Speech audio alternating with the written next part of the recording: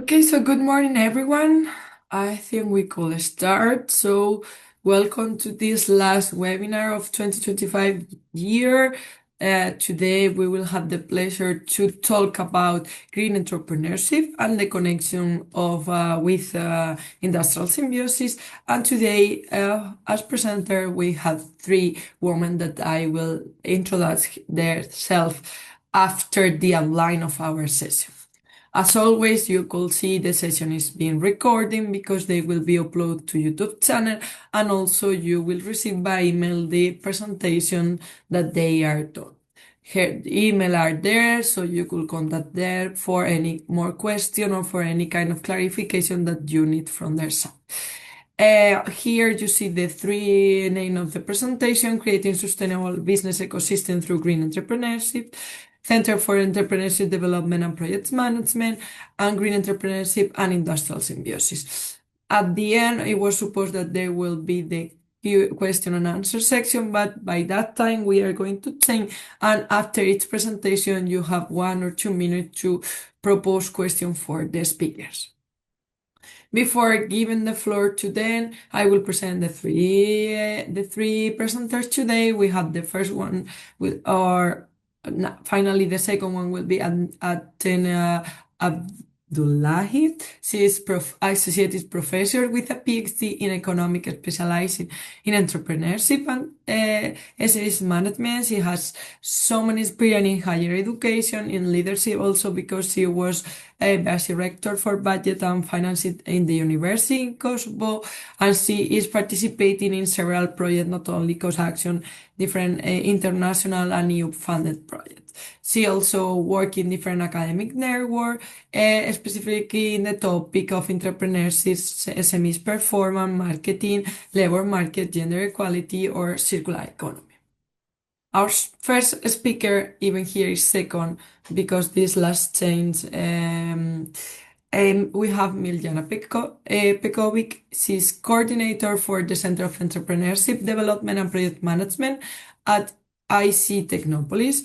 She has more than 15 years of experience in designing and implementing different granted projects, and she has been involved in more than 60 initiatives. At Technopolis, she used to contribute to the effort of the strengthening and boosting of innovation ecosystem in Montenegro, but she also tried to support entrepreneurs and innovation-driven development practices across the country. And last but not least, we had from Croatia Rita Green Entrepreneurial.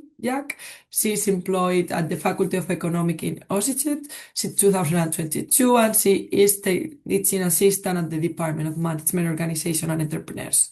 She delivers seminar classes in several courses, specialized in entrepreneurship. She is also currently enrolled in a doctoral study program, and she has been working in several projects like Intense, Arden, or even in Legal and Economic Click. So during her studies, she's also president of the Student Council of the Faculty of Economics, so she has several skills also about entrepreneurship, management, and leadership. So that are our speaker of today, and I don't want to talk more, and I will want to leave the floor to them. So first of all, as I mentioned, we have moved the order. So Miljana, the floor is yours. Okay, thank you. Thank you, Almudena. Thank you for everyone for being here. I'm just going to share my presentation. Can you see it? Yes, thank you. Okay. As Almudena said, I'm Miljana Pekovic. I'm working at Innovation Entrepreneurship Center Technopolis in Montenegro, where I'm coordinator of the Center for Entrepreneurship Development and Project Management. Today, I want to say a little bit about Technopolis and some of our projects and some work that we do that we can say at the moment are and before and earlier are just laying foundations for future, hopefully, industrial symbiosis implementation in Montenegro. So Technopolis, just a short presentation, was founded in 2014, but we are actually operational since September 2016. So the next year we will be actually celebrating our 10th birthday in the sense of 10 working years. So our key objective of our work is to create and improve conditions for the creation, development, and implementation of innovative ideas, services, and products by individual startups and companies in Montenegro. So far, within these almost 10 years, we have implemented 14 support programs for startups and innovators, and we have supported more than 175 ideas. In order to reach our objectives, we also organized more than 700 events with more than 26,000 participants.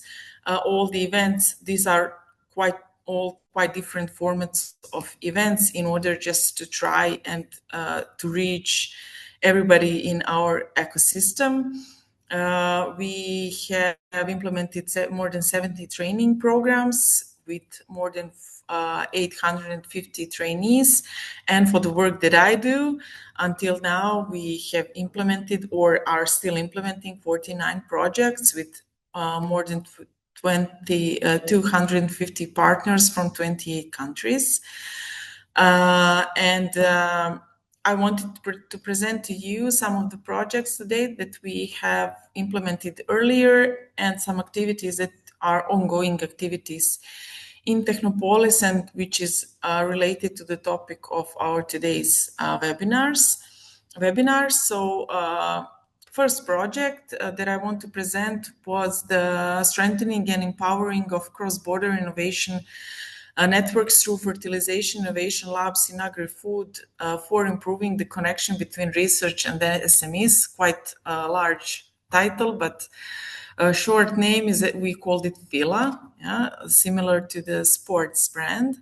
It was actually implemented from 2018 to 2020, but had also its capitalization from 22 to 23 because the program within which it was implemented recognized it as a very successful project and decided to contribute to us some additional funds for the capitalization of the results.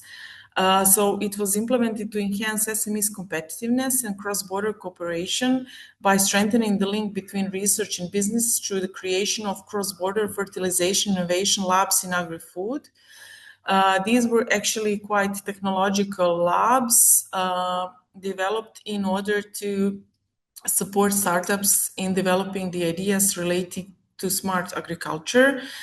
Through this project, we have created a model of fertilization innovation labs in agri-food, and we established three interlinked Fila labs in Albania, Montenegro, and Italy.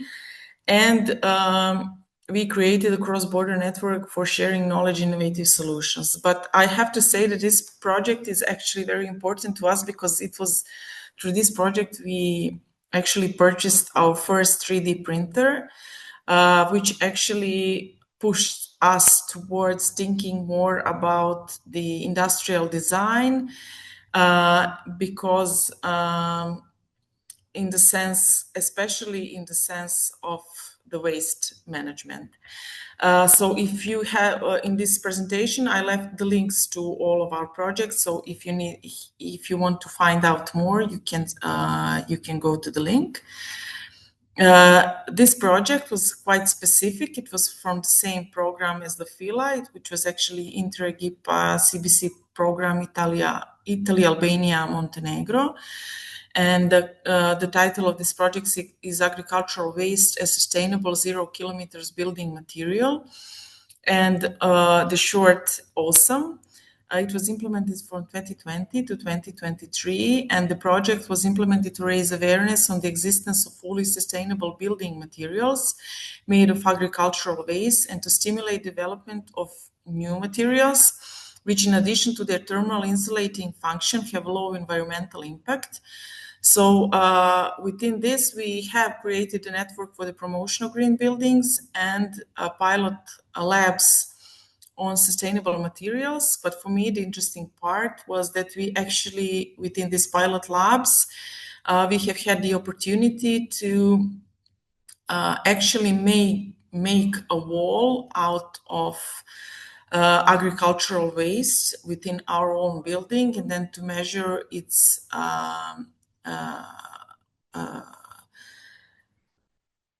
measure how well it functions compared to the standard wall in the sense of preserving heat, um, insulation, etc. So the results were quite good, even though it was, and this wall actually still is working in Technopolis. But I don't think that it yet would be good to recommend to build all walls like that. But it was a start, and for us, it was a good place to begin promotion on this topic. Next project, the title I will not even read because it's actually really too long, but it was the new peer chains project implemented from 2020 to 2022.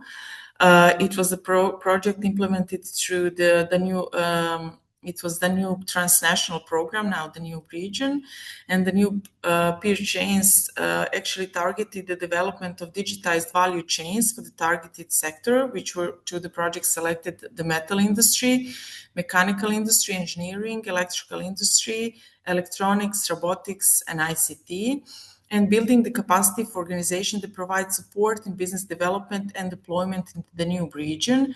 So the main outputs were integrated the new peer capacity building approach and methodology. Then we had multi-level trainings for local entrepreneurs and SME employees from target industry sectors in key competence fields. And we have created regional action plans for sustainable value chain oriented transformation of key industries. All the materials from this project, including the trainings created, are actually available still on the project website, to which I left the link here. And two additional activities, which are not actually project related, is our Biolab Technopolis. It's our biotechnological laboratory, which provides support to agricultural producers and supports the development of agriculture, both through the provision of its own services and through the connection of academic and business sector. Main activities of this lab is actually monitoring the progress of vegetation and the quality of crops with our agricultural drone, testing the technical correctness of machinery used for the application of plant protection products, and we are the only one in Montenegro that can do this type of testing, and agrochemical, physical, mechanical analysis of soil. Let's say that these activities are steps that we are taking towards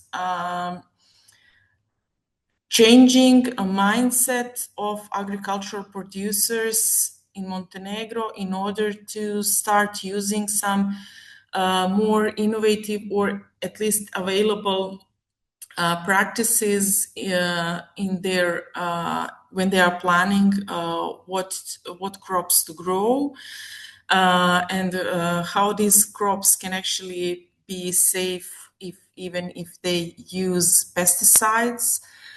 We do a lot of educations on this topic, but I can say that our main focus of our biolab is actually trying to change the mindset in the direction of smart agriculture in Montenegro.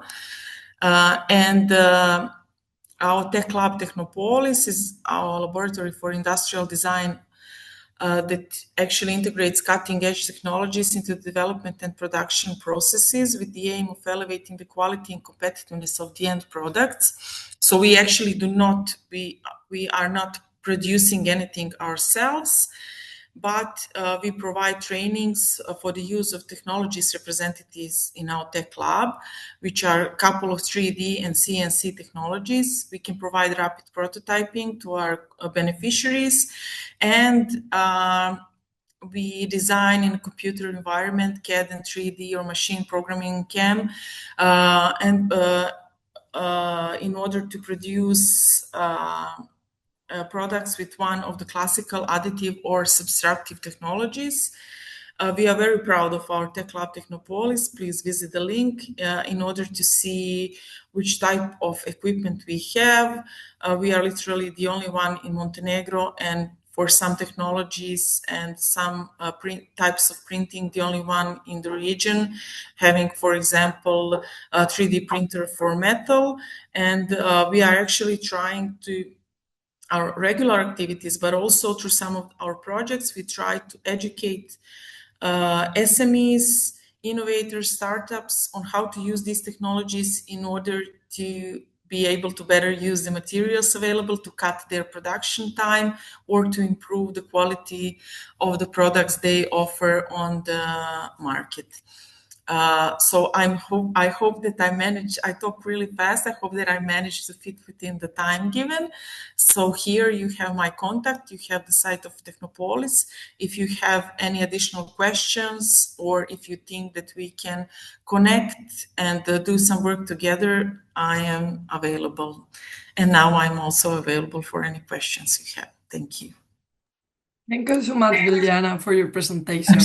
Quite interesting, and yeah, you are doing so many things as a pioneer in your country. Uh, uh, I don't see any question for the moment, but I have one from my side. You are mentioning that you are doing several train. What are the profile of trainees? They are also managers of the company, to also, let's say, standard staff of the companies.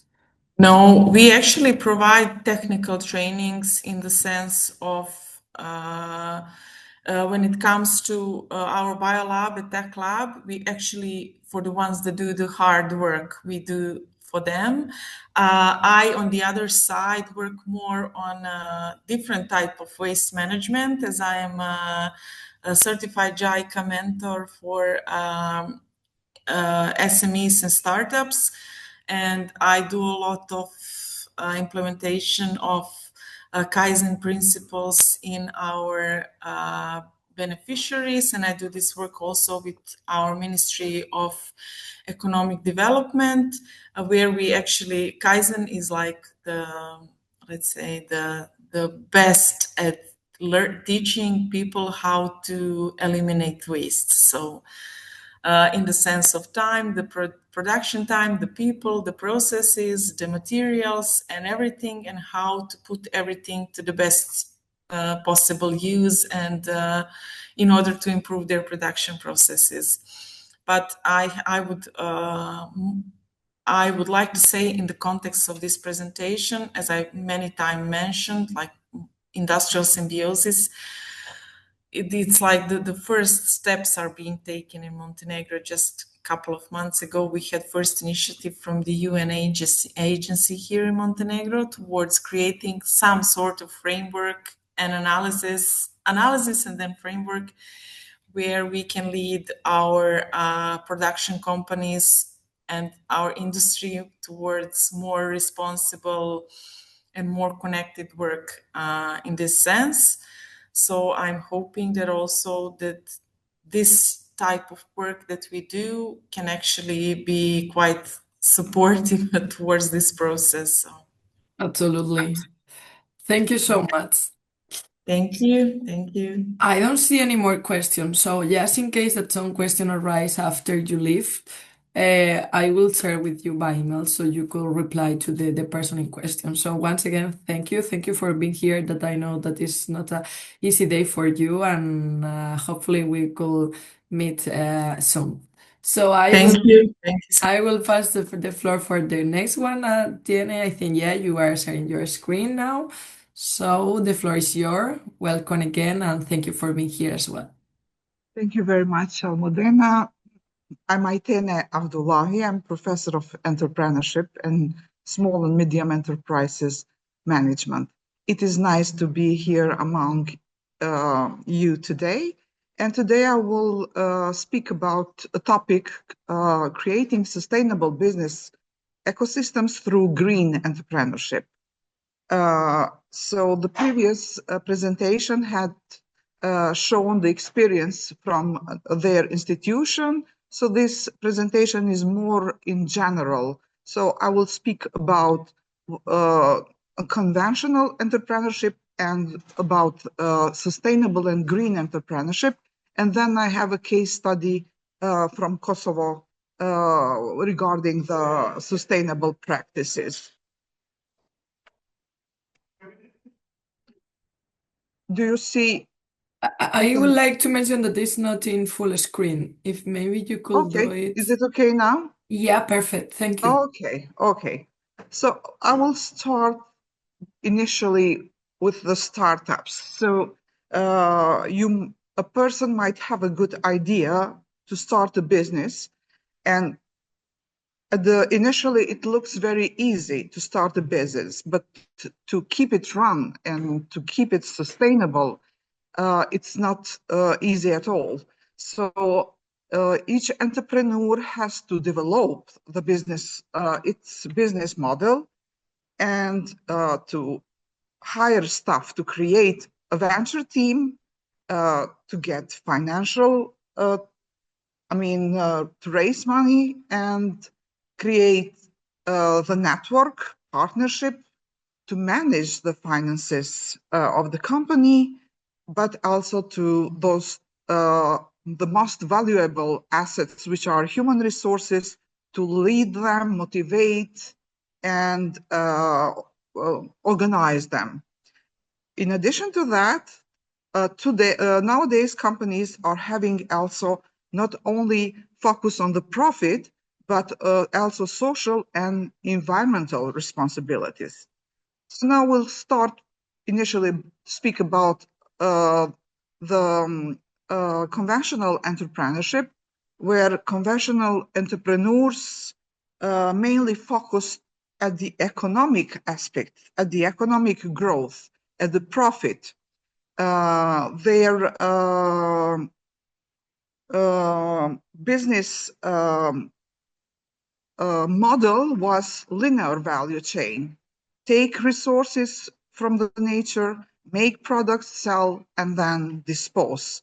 So based on that, we can see that there was no, they might have focused on at the social layer or the social impact because they produce products and services, design services for the customers, but there was no a concern, such a concern for the environment. So they used different,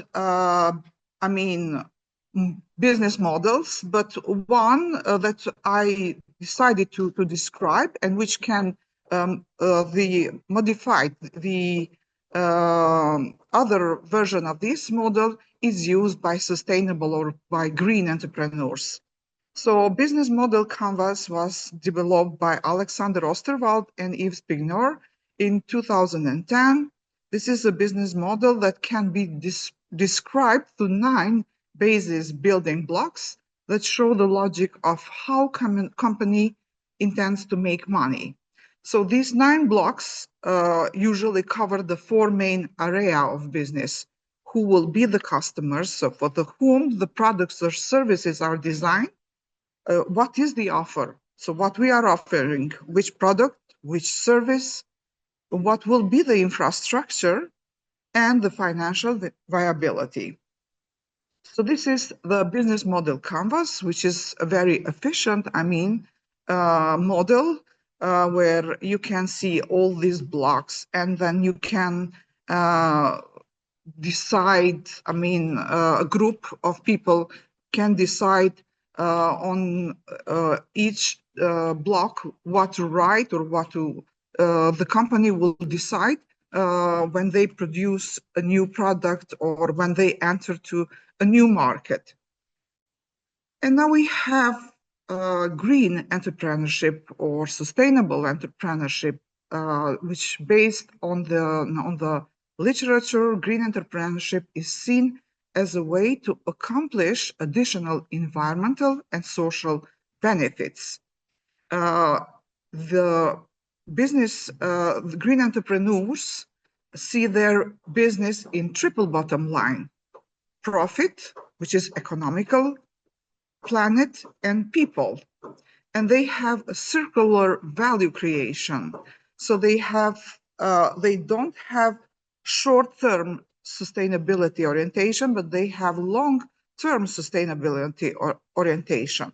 They have a huge engagement from stakeholders, from their stakeholders, and they use different business model types, such as sustainable business models, circular business models, product service systems, sharing collaborative models, industrial symbiosis based models, and environmental and social impact are integrated into the value creation.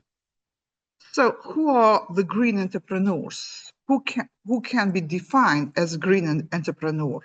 A green entrepreneur, we can say that is a person, is an entrepreneur that introduce new products or services to the markets that have an overall positive environmental impact. Evaluate success by using this triple bottom line of profit, people, and the planet. So in the previous slides, we have seen the business model canvas. And in this slide, we see a new model of canvas, which consists 3 layers. And it was designed by Alexander Jones and Raymond Paquin in 2016. This 3-layer business model canvas is an extension of the previous traditional one model canvas, and it was designed to help organizations to create a more sustainable business models. We have seen in the previous slides that the business model canvas focus mainly at the economic or profit. So it has only one layer, which is economic layer, and those 9 blocks that can help company to benefit profit. The triple layer business model canvas, it consists of 3 layers. So we can see we have here economic layer, environmental layer, and social layer. And on the right side, we can see that this model enable businesses to kind of make a coherence among the layers, horizontal, between economic, environmental, and social layer, as well as the coherence of vertical coherence, let's say for the social, for the product, how it's seen from the economic point of view, from the environmental point of view, and from the social point of view. So it's advanced, actually, a model that helps companies rethink their products and their services. And now I decided to bring to the audience a company, considering that I'm professor of entrepreneurship, and professors of entrepreneurship see the entrepreneurs as the heroes of the nations. When it's war, then heroes are those who fight. But when it's freedom, then heroes are those who create companies, who create new products, who create new employment opportunities. So InstaBuild is a company which started just after the war, because during the war in Kosovo, there was a high demand for the construction. So they started by selling doors and window in very small shop. But their businesses, I mean, the entrepreneurs that created this business, they had the clear vision. So they wanted to grow their company, but also to grow with the ethical and by having environmental, duties or responsibilities in the consideration. So they changed, they grew their company, and they decided to build a new company, which is a good example, which is a very successful example, having around 500 workers, some of them around 100 architects, and the other mainly workers that produce products. So now they are you can see here in the figure their premises that they operate near Pristina, but the market has been extended not only in Kosovo but in the United States of America and Europe, mainly in Germany. So now we'll go through their mission and company's mission and vision. InstaBuild mission is to lead the construction industry toward a more sustainable and socially responsible future, ensuring that our buildings benefit the environment and the communities we serve. Our vision is to offer every individual access to sustainable, affordable housing that is efficient, resilient, and deeply integrated with the natural environment. So we have here some figures which show the enterprise when the area where the company is operating. So now let's see which is the company's culture. So their culture is sustainable focused, innovation oriented, it's collaborative and mission driven. Their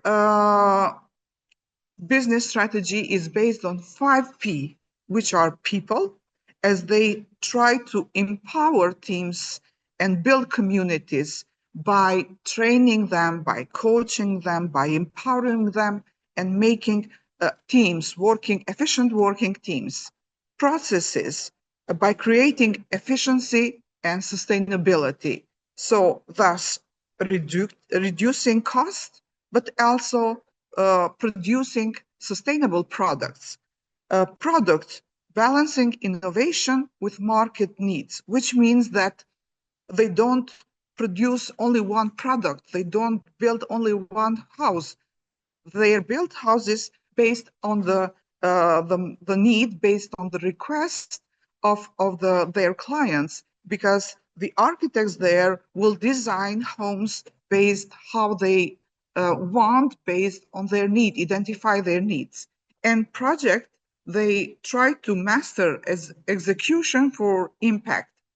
And I mean, although they are sustainable company, they profit is something which make them run, make company run. And so they also try to achieve ethical and sustainable profit. So the growth, although they want profit, they want it to achieve in an ethic and sustainable, by having ethic issues and sustainable growth issues in mind, which ensures operational excellence and ethical profitability. So now let's go through some of sustainability practices of this company. Okay, so we have here 3 scopes of the company. The first one is direct emissions. The company prioritized the reduction of emissions which are generated directly by their operation. So they transmit to electric and hybrid powered machinery and vehicles in production and transportation. They optimize modular production processes to minimize energy use on site. They reduce reliance on fossil fuels through renewable energy integration in their facilities. And the scope 2, indirect emissions from energy use, they afford to address indirect emissions focus on how they source and consume energy. So they utilize renewable energy resources by including solar and wind power to run production plants and offices. They emit energy-efficient lighting and climate control system in all their facilities. And they conduct regular energy audits to identify areas for further reduction and optimization. And value chain emission, which is scope 3, the company collaborate with suppliers, customers, and partners in order to reduce. So it's not their aim only to reduce emission from the company, but they also see with whom they are collaborating. So to reduce emission across all the value chain by sourcing sustainable and low carbon materials from verified suppliers, by encouraging their suppliers and partners to adopt eco-friendly practices and to align with global sustainability standards, and by designing modular homes and facilities for the end users that reduce long-term energy consumption and that contributes to lower carbon footprint. So now we have here the annual energy consumption, which we can see that the energy efficient modular homes that Instabil produce enable up to 30% less energy consumption through improved insulation and thermal performance, reducing heating and cooling needs and enhancing sustainability in residential construction. So now we'll speak about waste reduction. So how Instabil keep focus on reducing waste. They produce most of the parts of the houses. They are prefabricated, which means they are built inside the enterprise, and then they are sent to the field only to connect, only to make constructed. I mean, to connect these parts and construct, not this traditional building. They control manufacturing environments. They standardize design and processes. And by off-site construction, so components are produced in the factory and they are only getting all the parts in order to have the house finished, which enables systematic waste reduction. Now let's see the company's approach towards circular economy. So Instabuild aims to reuse, reduce, renew, recycle, and redesign. So reuse of cutoffs and leftovers to be used for other purpose on the company, like smaller portions. So it helps to circular economy. So it's not waste anymore, so it's reused. Separation of waste streams, recycling of wood, metal, and packaging. So they have a paradigm shift from demolition to relocation. So if you buy a house, and let's say you live in a village, and then you decide to move to the city, so you don't have to sell the house or you don't have to demolish it. So you can only take the house and relocate to the new location.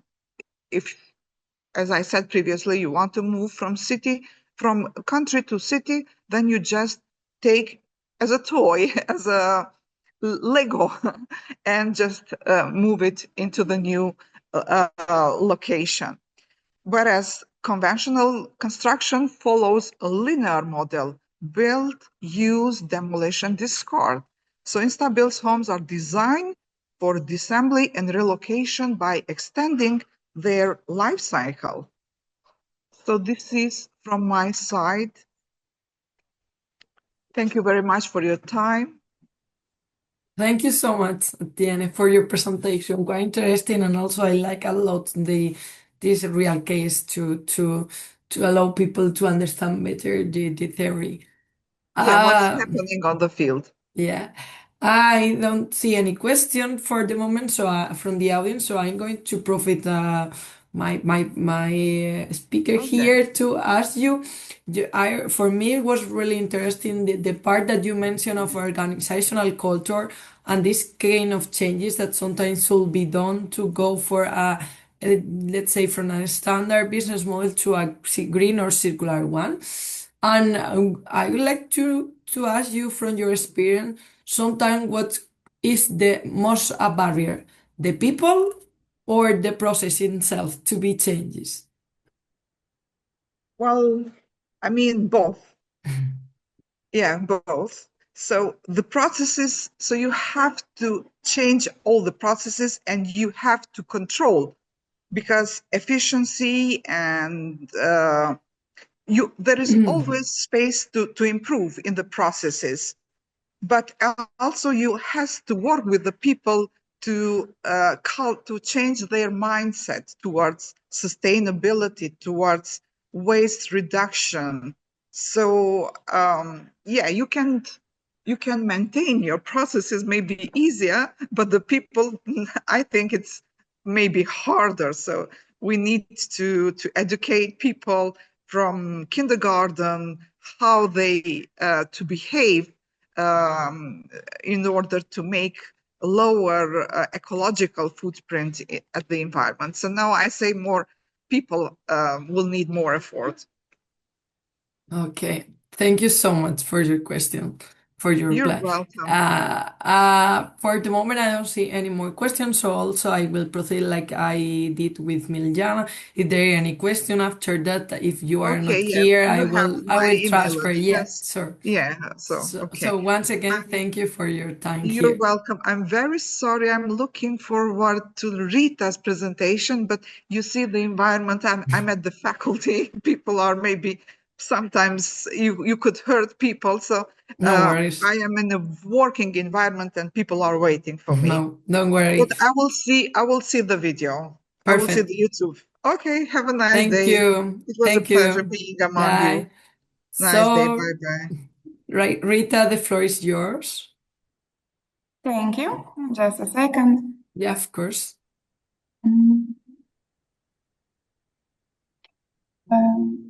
I think that you can see now. Yeah, Yeah. if you could do full screen, please. Yeah. Okay.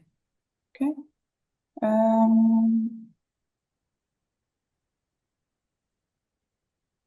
Just a second.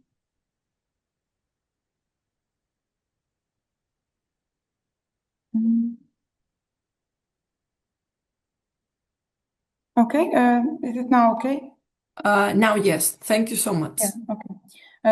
Hello, everyone. My name is Rita, like Almudena said on the beginning, and today I will talk about green entrepreneurship and industrial symbiosis. So for the beginning, what is entrepreneurship?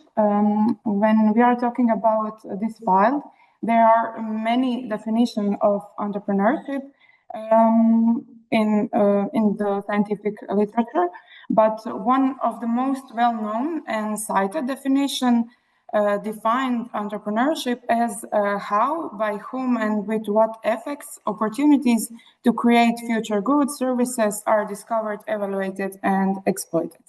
Okay, we have a few main types of entrepreneurship. So the first one is traditional, second is corporate, social, and then it is a green entrepreneurship. Okay, here are the concepts of green entrepreneurship and industry symbiosis. But the professor earlier mentioned about green entrepreneurship, so I think it's not a good time to repeat this again. So you can see the definition on the screen. Now I can tell more about importance of green entrepreneurship like a concept and industry symbiosis. So green entrepreneurship is the kind of entrepreneurship who is critically needed to deliver better quality of urban life, supporting megacities sustainable development as driving force of national economic growth and social performance. And when we are talking about industry symbiosis, industrial symbiosis also promotes some key aspects like driving technological innovation as a means to solve environmental changes, adopting a life cycle perspective to avoid overlooking aspects of design, and promotes dematerialization and eco-efficiency to reduce consumption of resources. Okay, now here is the examples in the world, and after that we will talk about examples in Croatia because I came from Croatia. Okay, for my first example, I choose to present EcoAlf. Maybe some of you heard before about EcoAlf, but for those who didn't, EcoAlf start with collecting plastic bottles recovered from the bottom of the ocean and produce clothes with that recycled material. After a few years, they invented some other process technology to use other materials.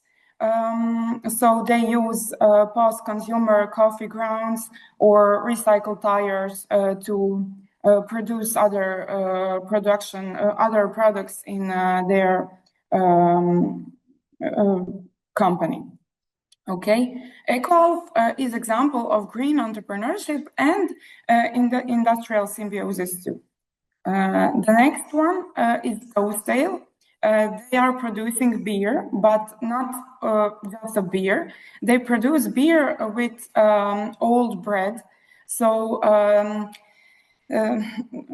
some other interesting thing about them, it is that all the profits they earn from the selling the beer, they donate to their charity, to their platform feedback, and the main goal of that platform is to end food waste. On the right side of the screen, you can see the recipe for the beer that you can use and make some beer at home if you want. They share that recipe with their customer. They are two examples of green entrepreneurship and industry symbiosis. Okay, then we have a leaf plates. When European Commission starts to talking about restrictions on certain single-use plastics, a few group of people start to think how to manage this problem. So they invented plates from leaf. But they did have some seed money to make all of production. So they start Kickstarter campaign where they collect that seed money to produce their leaf plates. Interesting, they are example of green entrepreneurship, but not the example of industry symbiosis. Okay, now we have examples in Croatia. The first one is Pero, or on English we call Pero feather. It is interesting because they are producing a detergent for home cleaning, and they use only ingredients from sustainable natural natural resources, biodegradable, not cancerous, and non-toxic for water and other natural resources. As you can think, they are just example of green entrepreneurship. Then we have a Tinctura. Tinctura produce skincare products, all type of skincare products, only with natural ingredients. And they are example like the next, like the previous example of green entrepreneurship. Next one is a little bit different. include start with producing smart benches. Smart benches are benches where you can sit, of course, and you can charge your phone or connect with Wi-Fi. And benches, as you can see, have a system, solar system, where energy comes from sun. Okay, after the smart benches, they invented the waste management system and air quality monitoring. So all of their products work on solar power. They are example of green entrepreneurship. And my last example is Maritimo. The Maritimo team starts with collecting bottle caps from the Adriatic Sea, and they want to use that cup for something else. So they decide to create sunglasses frame.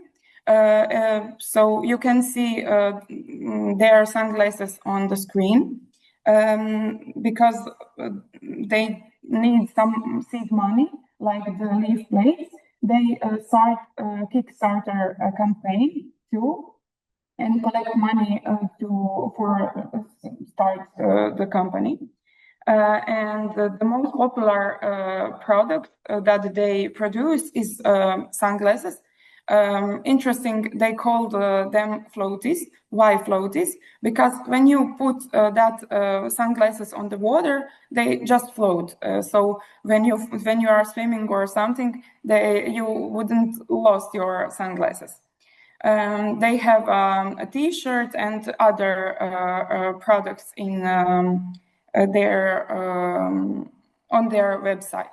Okay, and they are example of green entrepreneurship as well as industry symbiosis.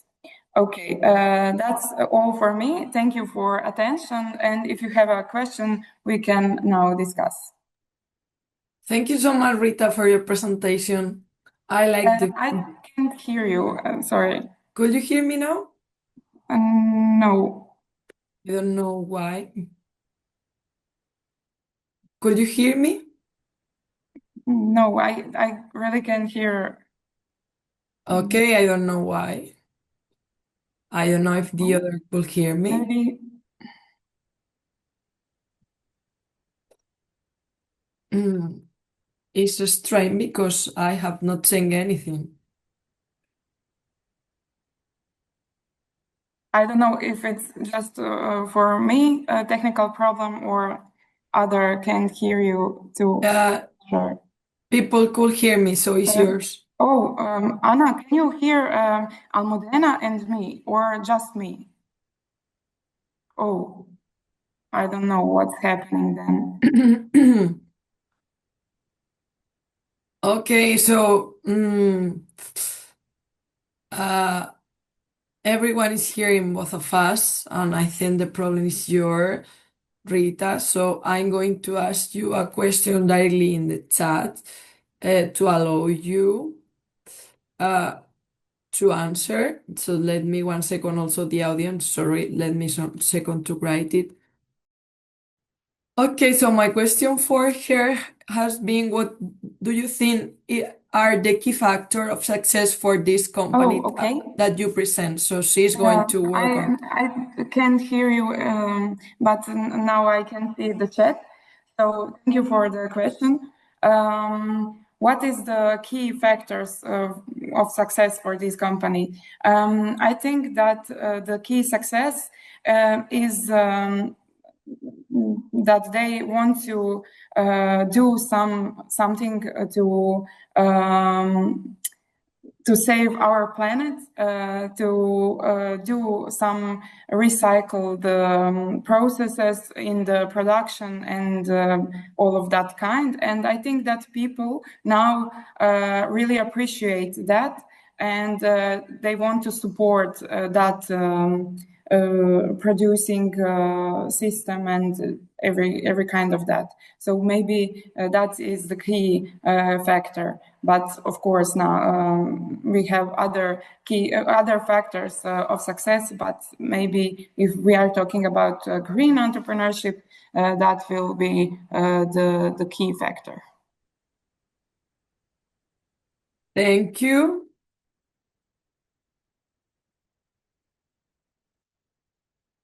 So there is no more questions, and also due to the technical problem that we are having with Rita, I think we are going to close this webinar of today. I would like to wish all of you a good Christmas, a good New Year, and a new year with a lot of success in the personal and in the professional life. As always, this session will be available in YouTube. I'm not sure if next week or even after Christmas. And also, I will share with all of you the presentation in by email.